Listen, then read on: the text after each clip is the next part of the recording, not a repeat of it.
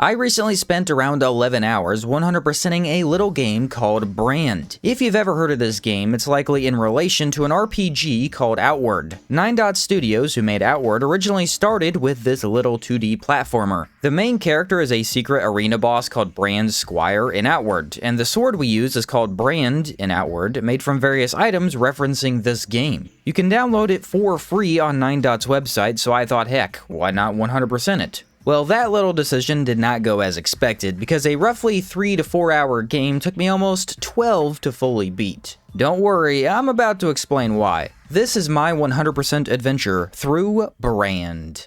I select hard difficulty because this is just the thing you do as a content creator. A knight hands me one plain bronze sword and tells me to make it fit for a king. There are 3 main areas of interest: necropolis, castle, and mines. I selected the castle and got to work. You have a basic sword swing, a heavy swipe down, one long dash that deals damage, and a block. The block must be timed kind of like a parry against certain attacks. The enemies you face are trogs, which are also enemies in Outward, flying bee-like creatures, and short bloaters who spit at you. After defeating enough of them, I could leave using the fast travel. Press the button and then simply sit out of combat for 5 seconds and teleport back to town. Doing this resets all progress in the dungeon except for any levers pulled, opening up different doors. With our task completed, we speak with a blacksmith who upgrades our sword's refinement, making it more powerful overall. And there is the entire game. You have 3 separate NPCs, the blacksmith, Chemist, and Mage. Each has 3 separate abilities you can upgrade, and you only get the upgrade after completing some task in the various dungeons, like go collect a crystal or interact with a statue. As you delve deeper into each dungeon, you face stronger enemies with more HP. You also encounter manticores, who could be considered bosses. They have insane amounts of HP and are very difficult to deal with. Now, my thought process was to spam the dash. This grants high movement, which is great in any platformer and kept me safe from harm.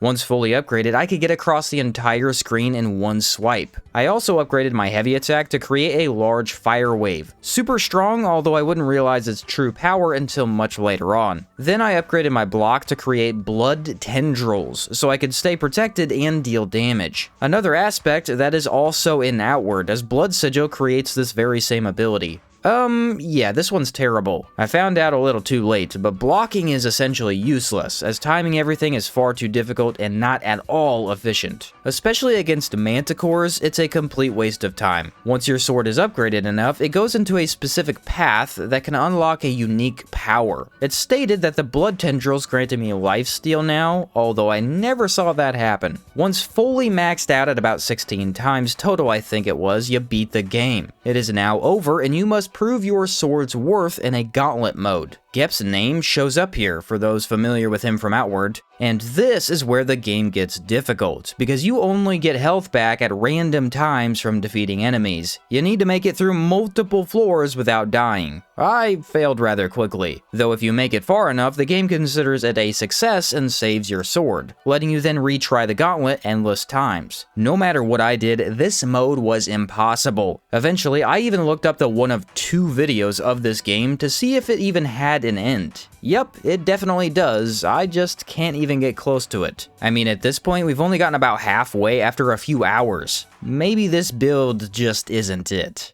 Instead, we're going to try the entire game over again, building a new sword. This one I pushed more into abilities I didn't use last time. Spectral Blades causes astral swords to form behind you as you attack. Basic attacks now hit no matter which way you're looking. This one ended up being useless in actual combat, similar to Blood Tendril. Dash got upgraded again because it's awesome, except the blacksmith had another skill to increase overall damage of basic, heavy, and dash attacks. This helped a lot. Then, poison looked pretty useful, and that was definitely a good pick. Hit enemies a few times and then they die to poison. Simple yet highly effective. For our final skill, I chose critical attacks. Your basic attack has a chance to crit, creating a shine effect. Deals way more damage and let me kill enemies so much quicker. This combination unlocked a new special ability that was more reach. With everything boosting regular attacks, my normal swings now reached much further so we can attack through ledges. None of my skills were fully upgraded this time, but the combination felt way better than my first attempt. And the results show that. I was able to make it down to the final few floors, although although it took over an hour to do so. What I found deeply saddened me. Not one, not two, not even three, but 5 manticores need to be defeated at the end. I was devastated. Manticores are unbeatable. Literally, the best bet is to avoid them through your dungeon runs because you can't attack them. Each is way too quick and can deal too much damage. Also consider I dumbed down the difficulty to easy for this second run, and in my opinion, there's no difference between hard and easy. I noticed no decrease in enemy health or damage. But after studying that one video made about completing this gauntlet, I found a strategy, although it's not a very good one. If you run up to the manticores, somehow magically not getting hit, usually you do, you can jump spam in front of them, baiting out claw or horn attacks. This stops their OP thorn throw attack and lets you swing in between jumps. Not easy to do at all, as one slight mistimed button press sees you lose over half your health, but the idea does work as long as you have the crits to make each go down faster. That is, until you reach the final boss. One green manticore stands between you and victory. By the time I reached him, my health was always at 1 hit every single time, and he was given double speed on attacks, so the strategy simply didn't work. Yet another sword that can't do the job, and right about here I almost gave up. The manticores have too much HP, they attack too fast, and you can't move in on them. This is starting to get a bit repetitive and a tad aggravating as well.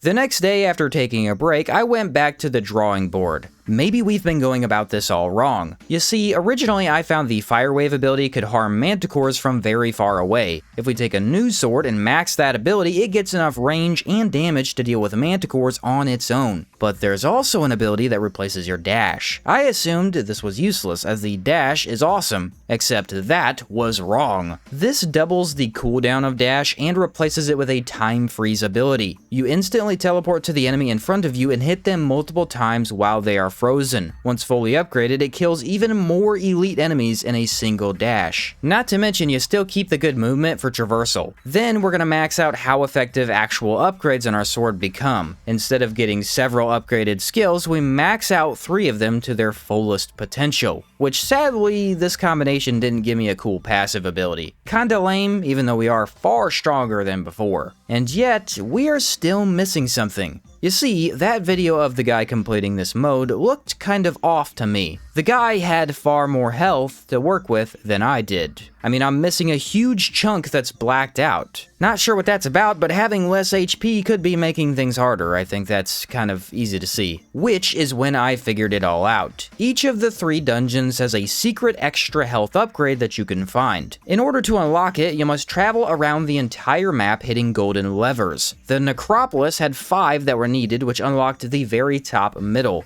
Boom, extra health. Okay, this has to help me out. In the castle, we hit 4 golden levers to open a door in front of one manticore towards the top right of the map. Even more HP, thank you, sir. And finally, in the mines, which took forever to find, you need to hit several gold levers, then go behind a manticore in the bottom left of the map. I had avoided the manticore altogether, hence how I missed it.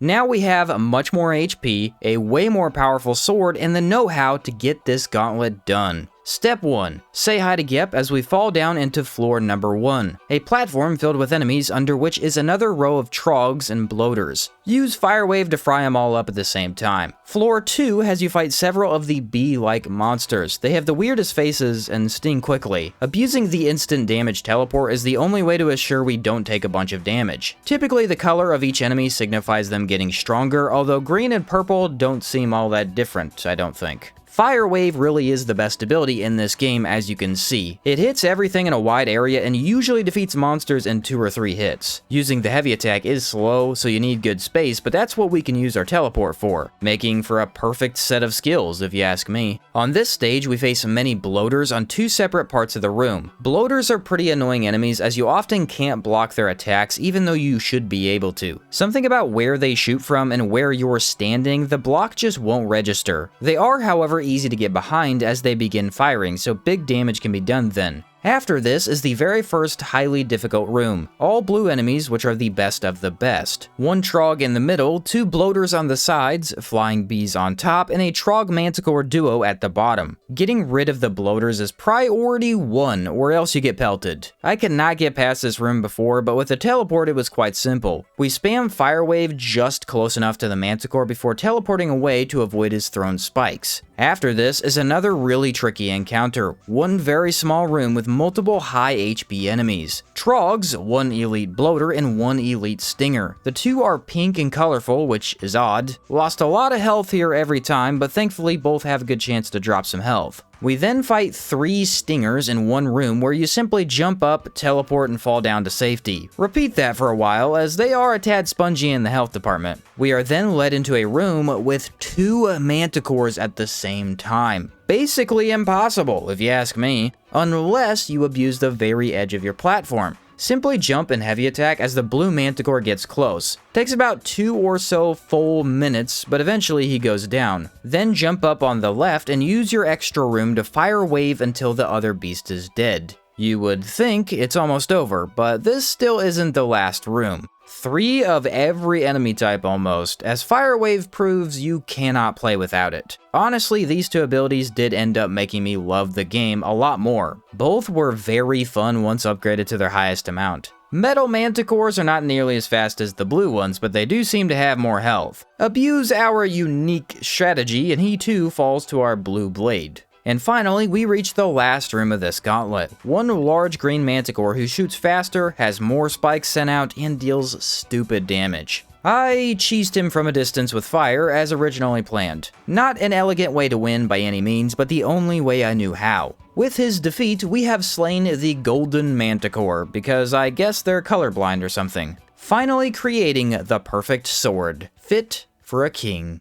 And there you have 100% of Brand. I had a surprising amount of fun with this. Manticores are probably the biggest flaw as they just aren't designed well enough to deal with. Cheesing them was the only option because blocking is probably the worst mechanic in this game. But the abilities are super fun. Specifically, instant killing everything with a teleport made the game a blast. Definitely not a perfect game by any means, and not even necessarily something I would recommend. That being said, it is free, and the achievement of actually beating the Gauntlet was an awesome feeling. So now you know the humble beginnings of NineDots Studios and can see several of the ideas popping up about Outward. Manticores literally have all the same attacks in Brand that they do in Outward, which was interesting to see. If you did enjoy this video, don't be afraid to leave a like down below. Thanks so much for watching, and I'll catch you next time.